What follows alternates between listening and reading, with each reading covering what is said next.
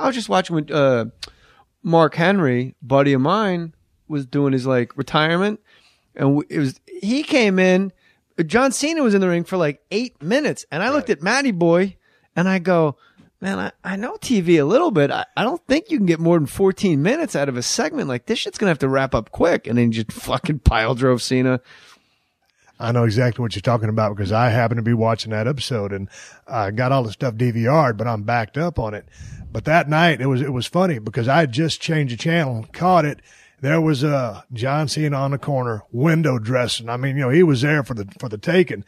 And so, man, I smelled a rat as soon as he started talking about it. I'm gonna retire, and But to Mark's credit, I mean, he really got some mileage out of that because he pulled from real emotions. I think he really thought about, having to retire, and the way those people really fired in and were supporting him, and they appreciated all the hard work that guy's turned in. So he got a little emotional, which he baited everybody in further. But I smelled a rat. I'm the veteran. I knew something was on the up, and sure enough, wham! You don't have your number one guy in the company just sitting there lollygagging around because he wants a front row view of Mark Henry about to retire. I knew there was an angle going down. But they don't tell you ahead of time that that's going down? Well, man, I'm a civilian now, man. I mean, I'm technically still with the company, but, I'm at the house. I'm in Marina Del Rey watching. It's not like I get a call on the bat phone and says, Steve and Vince, we're going to do an angle tonight. Mark Henry's going to look like he's going to retire, but he's going to beat the shit out of John Cena. So, no, I'm not involved on that end, man. Those guys are laying down a show, and I'm just watching as a fan or a Mark at the house. Mark texted me. Mark ran me. Well, let me ask you a question. How are you and Mark tight? Where do you guys go back from? On my radio show on J Mohr Sports on Fox Sports Radio, you go to jmohrsports.com. You can pick your affiliate wherever you live, listen to this podcast. We call the update anchor, Dan Beyer. I just started calling him the world's strongest man, and I got Intercontinental belt for the studio. Like, he's the Intercontinental champion. He's the world's strongest man. And one day, Mark Henry, just rolling around Texas, goes, who's this world's strongest man? I'm the world's strongest man.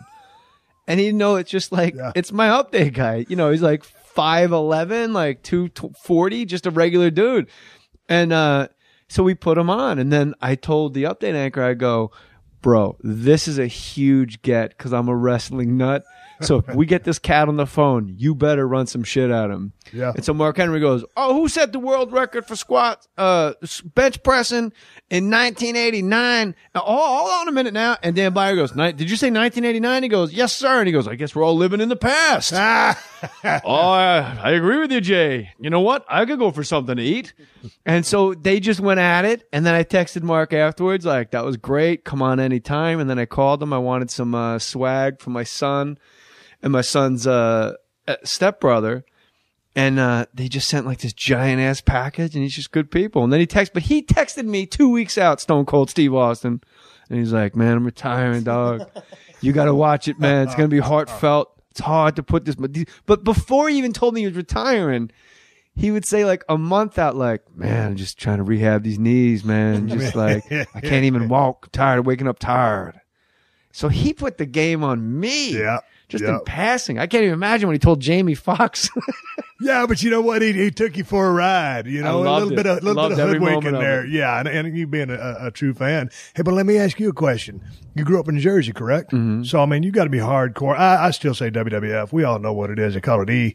But so you grew up hardcore WWF fan. Did you get into the NWA or the AWA at all? I did because I would always get Pro Wrestling Illustrated. There was one newsstand in Caldwell, New Jersey. I would ride my bike to go pick it up, and I'm like, who's this Boogie Woogie man?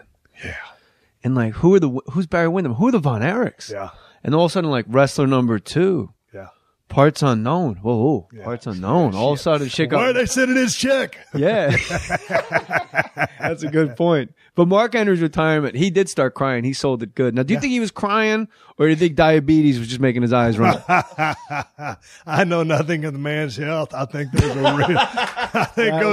I've been called a lot of things. A doctor is not one of them. That was said like you were on the steps of the Capitol in Houston running for office. I'll tell you, that was like that down folksy charm you had. Oh, shit.